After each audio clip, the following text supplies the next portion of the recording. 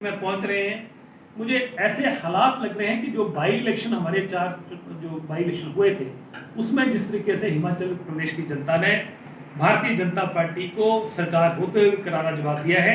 इसलिए आज देखिए कि 20 दिन के अंदर अंदर जो है प्रधानमंत्री के दो कार्यक्रम बनाए जा रहे हैं। इनके राष्ट्रीय अध्यक्ष यहाँ पर लगातार हर हफ्ते पहुंच रहे हैं और केंद्रीय मंत्री पहुंच रहे हैं। तो मुझे लगता है कि अभी चुनावों में 4.5 महीने होने के बावजूद भी जिस तरीके से भारतीय जनता पार्टी के खेमे में एक भारी जिसको कहते हैं तनाव और घबराहट देखने को मिल रही है, इसे लगता है कि भारतीय जनता पार्टी घबराई हुई है क्योंकि चुनाव भी हारे हैं। ऊपर से ये पुलिस का जो भर्ती में घोटाला हुआ है, सार्वजनिक वितरण प्रणाली का घोटाला निकल के आया है, तो कोरोना काल में घोटाले निकल के आए हैं और नौजवान हिमाचल प्रदेश का सरकार से जो है इस वक्त नाराज है, उनके अभिभावक नाराज हैं क्योंकि लगातार जो है भर्तियों में घोटाले हो रहे हैं, महंगाई आसमान पर है और काम लोगों के हो नहीं रहे हैं। आपके हिमाचल प्रदेश में आप देखिए कि रेलवे के नाम पर हिमाचल प्रदेश में हमीरपुर जो है उनको लोगों को ठगा गया है। एक इंच आगे नहीं बढ़ी, नेशनल हाईवे नहीं बने, उसके अलावा गैस का सिलेंडर कहाँ पहुंच गया, खाने पीने के दाम कहाँ पहुंच गए, इसके अलावा और कई ऐसी चीजें हैं जो इशू हिमाचल प्रदेश में बन गए हैं। हिमाचल प्रदेश का कर्मचारी सरकार से खफा है। हमने कहा है, हमारी पार्टी ने कहा है, हमारे नेतृत्व ने कहा है कि जिस तरीके से राजस्थान में और छत्तीसगढ़ में हमारी कांग्रेस की सरकारें होने पर हमने ओल्ड पेंशन स्कीम को लागू करने का ऐलान करके उसको लागू किया है, उसी तरीके से हिमाचल प्रदेश के सरकारी कर्मचारियों की जन भावनाओं को समझते हुए हिमाचल में भी जो ओल्ड पेंशन स्कीम जो है लागू की जाएगी। और हिमाचल प्रदेश में आने वाले दिनों में हिमाचल की जनता इंतजार कर रही है कि कब वो घड़ी आए, हम इस सरकार को बाहर का रास्ता दिखाएं। ये वो सरकार है कि सुबह फैसला कुछ और करती है, लंच के टाइम और होता है और डिनर के टाइम कुछ और हो जाता है। इसलिए हिमाचल प्रदेश के लोगों का विश्वास उसी तरह उठा है जिस तरीके से भर्तियों में नौजवानों का विश्वास उठा है, उसी तरीके से हिमाचल प्रदेश की जनता का इस सरकार से विश्वास जो है वो उठ चुका है। सर, खाद्य आपूर्ति विभाग को लेकर आपने घोटाले की बात की, किस तरह घोटाला सर? देखिए, बहुत बड़ा घोटाला है ये। कांग्रेस सरकार के समय जो है ये सार्वजनिक वितरण प्रणाली के माध्यम से आपके ये जो डिपो हैं, डिपो के माध्यम से हर व्यक्ति को, चाहे वो इनकम टैक्स पेई है, चाहे मध्यम वर्ग है, चाहे गरीब तबका है, उसको जो है सस्ता राशन दिया जाता था। और ये दालों की जो खरीद हो रही है, पहले 2019 तक जो है जो कांग्रेस ने पैटर्न बनाया था ग्लोबल टेंडर के माध्यम से होती थी, उस तरीके से ये जो कंपटीशन मार्केट में लाके जो लोएस्ट रेट अच्छी क्वालिटी का देता था उसको जो है ये जो सप्लाई ऑर्डर दिया जाता था, ये 50 लाख केजी हर महीने जो है सप्लाई जो है हिमाचल प्रदेश में दालों की आती है।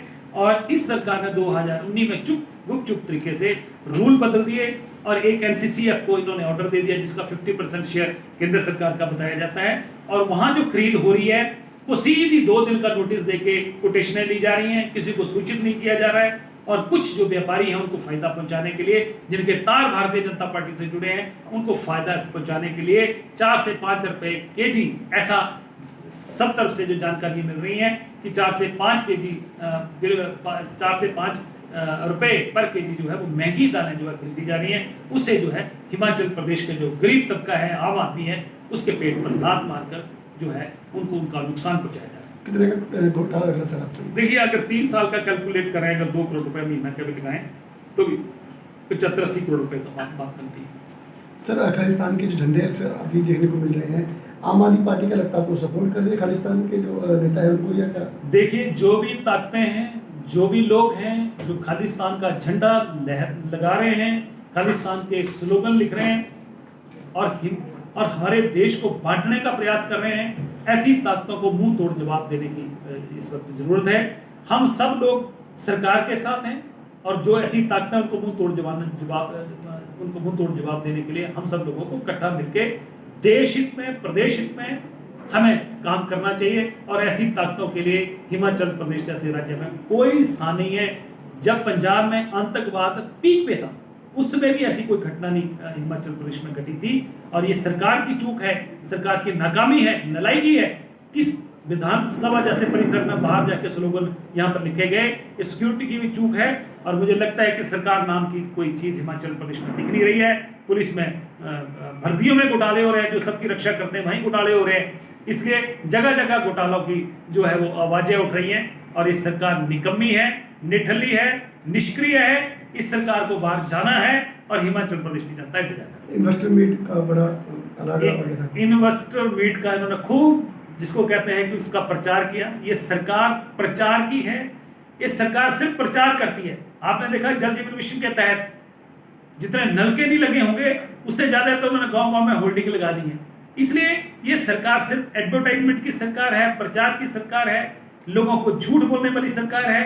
अब चुनाव का मौसम आ गया है, दिल्ली से नेता आएंगे और झूठ बोलने के थोक के व्यापारी आएंगे और यहाँ पर उसी तरीके से झूठ बोल के जाएंगे जैसे 2 करोड़ नौजवानों को सालाना रोजगार दिया जाएगा, हर व्यक्ति को 15 लाख रुपए खाते में डाला जाएगा। इस तरह के व्यापारी नेशनल हाई 69 नेशनल हाईवे घोषित हो जाएंगे, 65,000 करोड़ की बात हो जाएगी। इसी तरीके से ये थोक के व्यापारी, झूठ बोलने के थोक के व्यापारी हिमाचल प्रदेश में पहुंचने वाले हैं। मैं हिमाचल प्रदेश की जनता से व्यक्तिगत तौर पर पार्टी की तरफ से अपील करना चाहता हूं कि जो झूठ बोलने के थोक के व्यापारी हैं इनसे कृपया बच के रहें और अपनी सूझबूझ का जो है वो परिचय दें। ऐसे लोगों के झांसे में आने की जरूरत नहीं। बोलो। ठीक हो।